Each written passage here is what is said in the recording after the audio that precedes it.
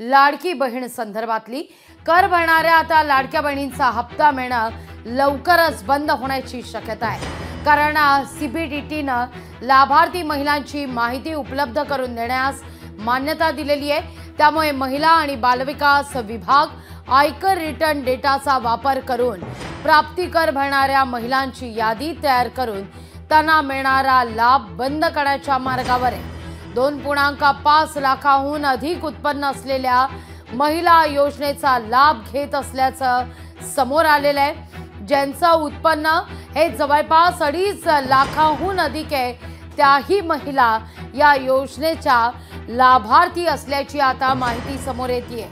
त्या महिलांची संख्या जवळपास 2,52,00,000च्या घरात आहे। आता या सगळ्या महिलांसंदर्भात ज्या कर भरतात त्या कर भरणाऱ्या लाडक्या बहिणींचा हप्ता मिळणं लवकरच बंद होण्याची दाट शक्यता वर्तवली जाते।